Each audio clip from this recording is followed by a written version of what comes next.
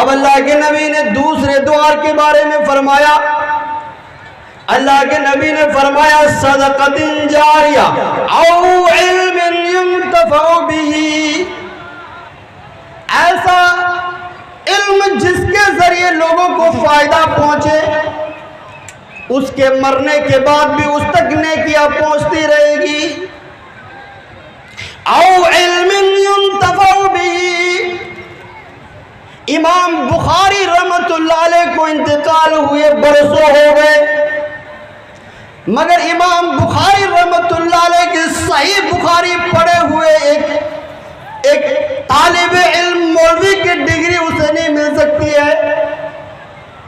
قیامت تک سارے مدرسوں میں امام بخاری رحمت اللہ علیہ کی صحیح بخاری پڑھائی جائے گی، اور قیامت تک امام بخاری رحمت اللہ علیہ کو ثواب ملتا رہے گا، قیامت تک امام بخاری رحمت اللہ علیہ کو نیکیاں ملتی رہے گی۔ ذرا آپ تصور کیجئے، اللہ کے نبی نے فرمایا او علم ينتفع به، ایسا علم جس علم کے ذریعے لوگوں کو فائدہ پہنچے۔ آج امام بخاری رحمت اللہ علیہ کے علم سے لوگوں کو فائدہ پہنچ رہا ہے، قیامت تک امام بخاری رحمت اللہ علیہ کو ثواب ملے گا۔ آج امام مسلم رحمت اللہ علیہ کی صحیح مسلم کو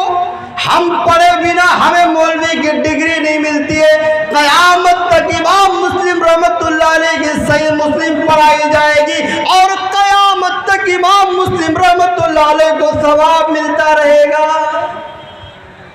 او علم ينتفع به، کہ ایسا علم جس سے لوگوں کو فائدہ پہنچے، تمہاری مرتیو ہو گئی ہے کوئی بات نہیں ہے، تم تک ثواب پہنچتا رہے گا۔ آپ نے کوئی کتاب لکھی، اس کتاب سے لوگ کچھ سیکھ رہے ہیں، پڑھ رہے ہیں، آپ اس دنیا میں نہیں ہیں، او علم ينتفع به، مگر آپ کی لکھی ہوئی کتاب سے لوگوں کو فائدہ پہنچ رہا ہے، تو قیامت تک جب تک آپ کی کتاب سے لوگ فائدہ اٹھا رہے ہیں، اٹھائیں گے، تب تک آپ کو ثواب ملتا رہے گا۔ ایک عالم دین مدرسے میں بچوں کو پڑھاتے ہیں، ایک مدرسے میں اگر 10 علماء کرام بچوں کو پڑھا رہے ہیں، ایک عالم،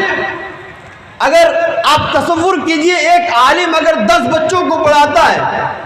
وہ 10 بچے اگلے 10 بچوں کو پڑھاتے ہیں، اور اگلے 10 بچے اور 10 بچوں کو پڑھاتے ہیں، یہ سلسلہ لگاتار جاری رہتا ہے، تو ایک عالم کو جس نے پہلے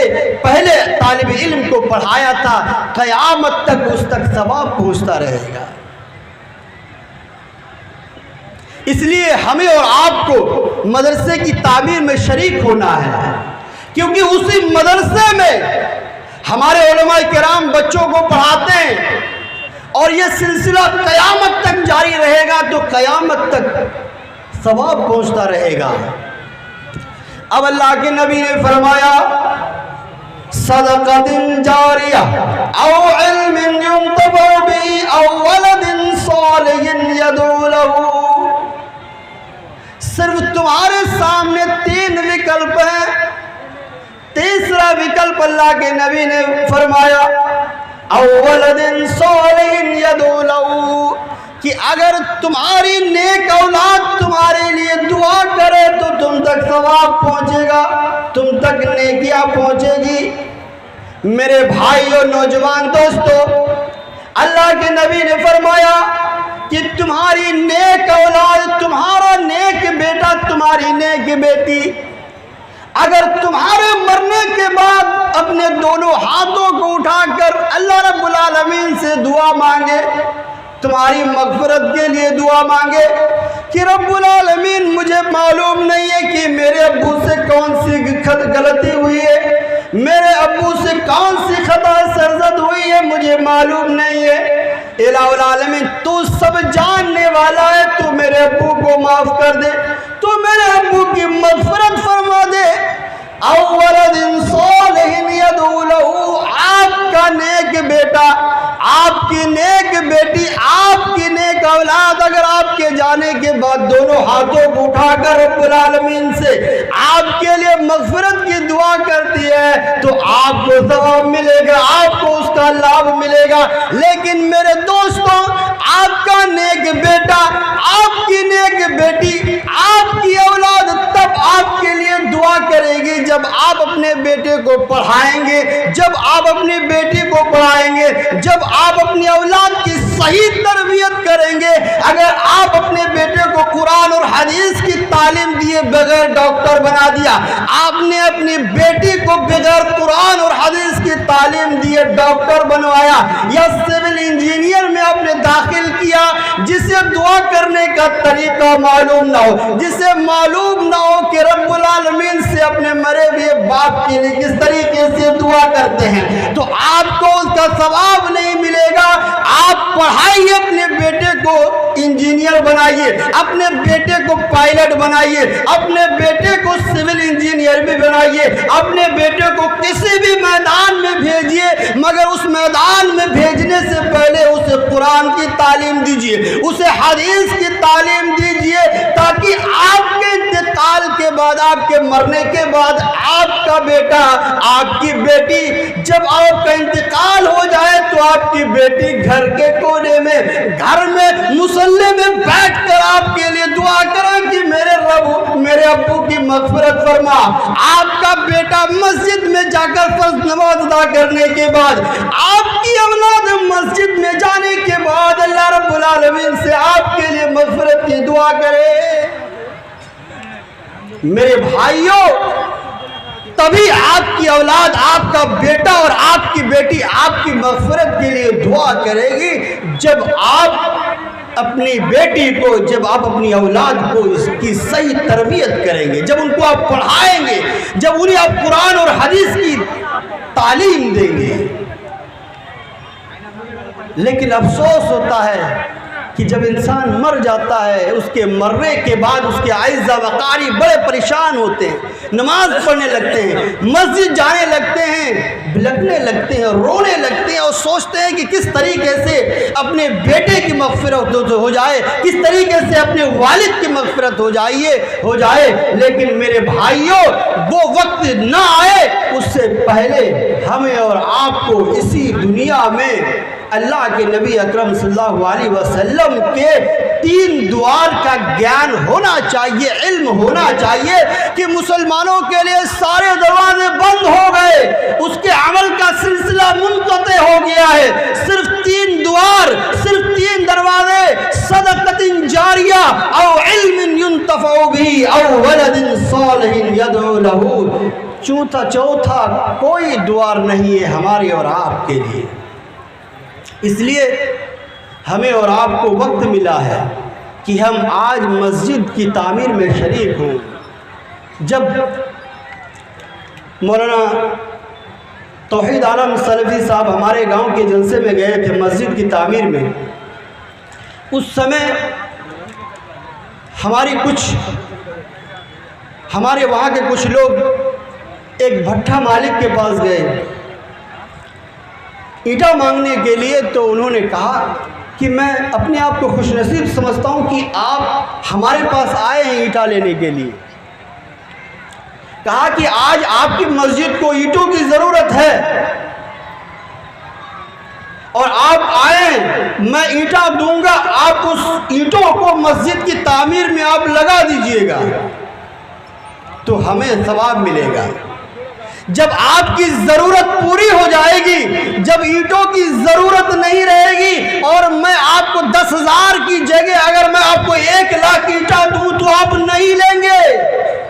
ابھی آپ کو 10,000 کی ضرورت ہے، مجھے اللہ نے مجھے موقع دیا ہے کہ میں 10,000 اینٹا آپ کو دوں۔ کل جب آپ کی ضرورت پڑ جائے گی اور میرا من کرے گا کہ میں آپ کو 1 لاکھ اینٹا دوں تو آپ لینے سے انکار کر دیں گے۔ میرے بھائیوں، اگر آج مسجد کو ضرورت ہے آپ کے 10 روپے کی، اگر آج اگر مسجد کو ضرورت ہے آپ کے 100 روپے کی، 1,000 کی ضرورت ہے تو آپ ضرور دیجئے تاکہ کل آپ کو پچھتانے کی ضرورت نہ پڑے۔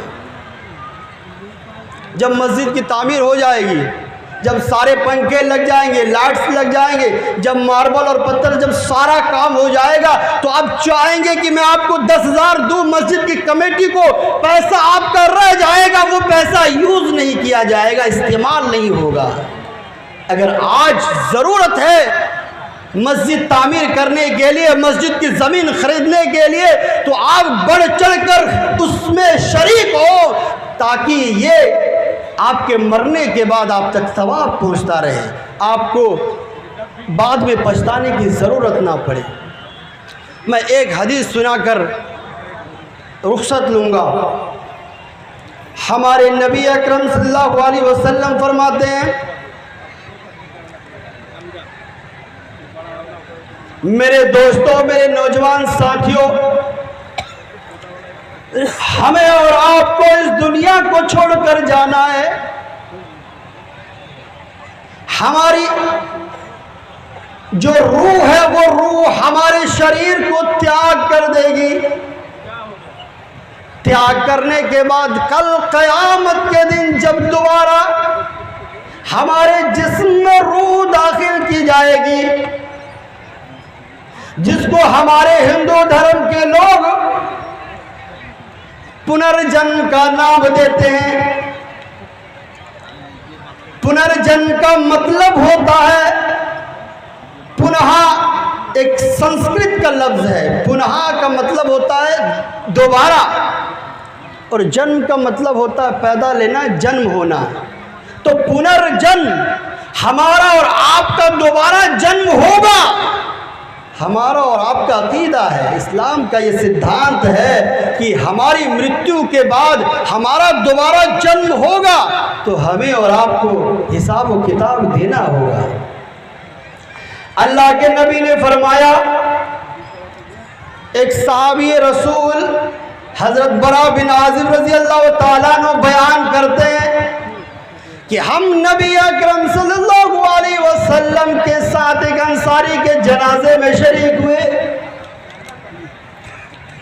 جب ہم قبرستان پہنچے تو ابھی لحد تیار نہیں کی گئی تھی، اب قبر تیار نہیں کی گئی تھی۔ ہمارے آخری نبی اسی قبرستان میں بیٹھ جاتے ہیں۔ برا بن عازب رضی اللہ تعالیٰ عنہ کہتے ہیں کہ ہم بھی نبی اکرم صلی اللہ علیہ وسلم کے چاروں طرف بیٹھ جاتے ہیں، جیسے ہمارے سروں پر پرندے بیٹھے ہوں۔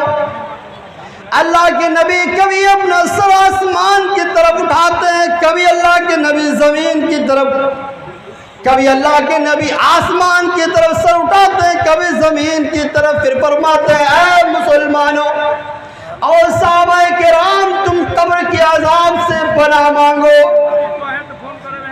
پھر اللہ کے نبی فرماتے ہیں، سنو،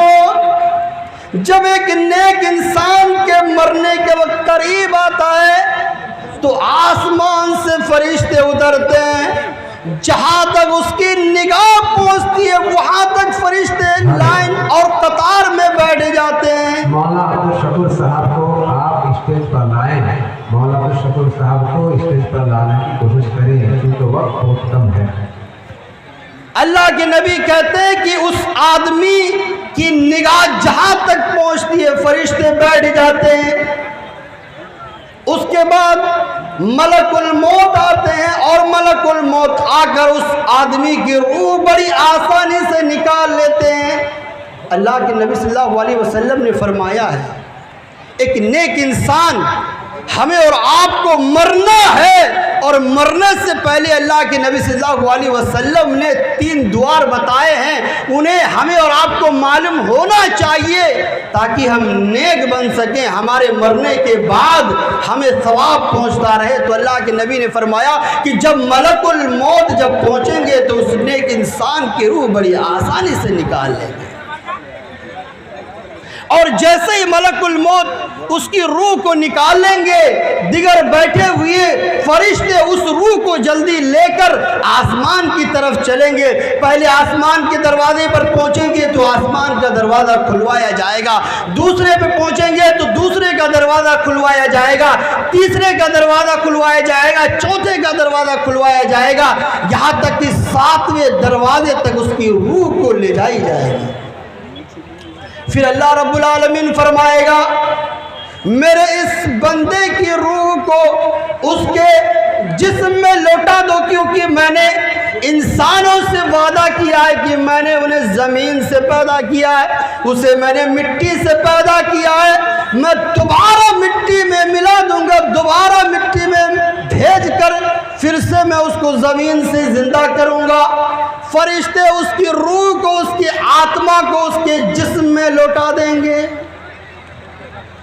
پھر اللہ رب العالمین 2 فرشتوں کو بھیجیں گے، اور وہ 2 فرشتے اس نیک انسان سے سوال کریں گے کہ بتاؤ تمہارا رب کون ہے؟ وہ نیک انسان کہہ دے گا میرا رب، میرا خالق اللہ رب العالمین ہے۔ پھر سوال کیا جائے گا کہ تمہارا دین کیا ہے؟ وہ بتائے گا کہ میرا دین اسلام ہے۔ پھر تیسرا سوال کیا جائے گا کہ بتاؤ تمہارا نبی کون ہے؟ تو نیک انسان بتائے گا کہ ہمارے نبی محمد صلی اللہ علیہ وسلم ہے۔ آسمان سے آواز آئے گی میرے اس نیک بندے نے سچ کہا ہے، اس کے لیے جنت کے دروازے کھول دو، اس کے لیے جنت کی خوشبو، اس کے لیے جنت کے بچھونے بچھا دو، اور اس کے لیے جنت کی کھڑکی کھول دو، تاکہ قیامت تک اسے جنت کی خوشبو ملتی رہے، قیامت تک اسے آرام ملتا رہے۔ یہ ہمارے نبی اکرم صلی اللہ علیہ وسلم نے نیک لوگوں کے بارے میں بتایا ہے۔ تو ہمیں اور آپ کو کوشش کرنی چاہیے کہ جب تک ہم اس دنیا میں ہیں تب تک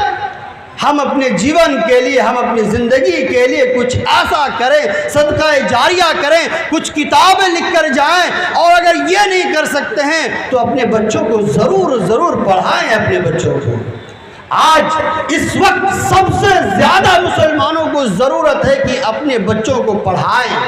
میں ایک بات ہر پروگرام میں کہتا ہوں کہ آج مسلمان سب سے زیادہ کھانے کے پیچھے ہے۔ اگر مسلمان کھانے کو چھوڑ کر، اگر کھانے کو سائیڈ میں رکھ کر اگر اپنے بچوں کو پڑھانے پہ آ جائے تو میں خدا کی قسم کھا کر کہتا ہوں کہ آج مسلمانوں کی جو حالت ہے، مسلمان صرف اور صرف شکوہ شکایت کرتے ہیں، لیکن حقیقی طور پر وہ مسلمان نہیں ہے، جس کی وجہ سے انہیں آج ذلت اور رسوائی کا سامنا کرنا پڑتا ہے۔ میں بٹلہ ہاؤس جس جگہ میں رہتا ہوں اس جگہ میں آپ ہوٹلوں کو گن نہیں پائیں گے، اور چکن کے جو آئٹم بنتے ہیں آپ ان آئٹموں کو گن نہیں پائیں گے کہ کتنے طریقوں سے صرف چکن بنتا ہے۔ آپ بٹلہ ہاؤس کے سارے ہوٹلوں کو ترازو کے ایک پلڑے میں رکھ دیجئے، اور پوری دلی کے تمام ہوٹلوں کو ترازو کے دوسرے پلڑے میں رکھ دیجئے، تو بٹلہ ہاؤس کے ہوٹلوں کا ترازو کا پلڑا بھاری ہو جائے گا۔ یہ ہے مسلمان، کیونکہ وہاں مسلمانوں کی اکثریت ہے۔ جو قوم چکن کو 100 پرکار سے کھائے وہ قوم کیسے آگے بڑھے گی؟ اور ہم مسلمان، ہماری شیرشاہ وادی کی جو برادری ہے، ہماری جو قوم ہے، ہم ہر ہفتے چکن کھائیں گے، ہم ہر ہفتے میٹ کھائیں گے، ہم ہر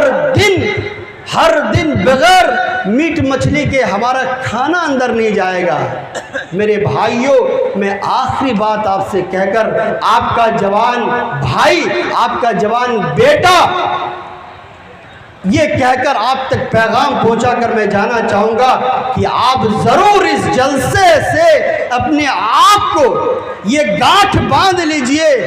کہ آپ اپنی قوم کے لیے، اپنی برادری کے لیے جہاں مدرسے کی تعمیر ہو وہاں بھرپور شریک ہوں، اپنے بیٹوں کو پڑھائیں، اپنی بیٹیوں کو پڑھائیں، اپنے جو برادری کے کوئی ایسا سنستھان ہو جہاں بچوں کو پڑھایا جاتا ہو، اس کے کام میں ضرور شریک ہوں۔ اور ہم جو کھانے کے پیچھے اتنا پیسہ خرچہ کر رہے ہیں، ہمیں اور آپ کو اس چیز سے بچ کر اپنے بچوں کی تعمیر، اپنے بچوں کی تعلیم پہ خرچ کرنے کی ضرورت ہے۔ اللہ تعالیٰ تمام مسلمانوں کو زیادہ سے زیادہ تعلیم پر،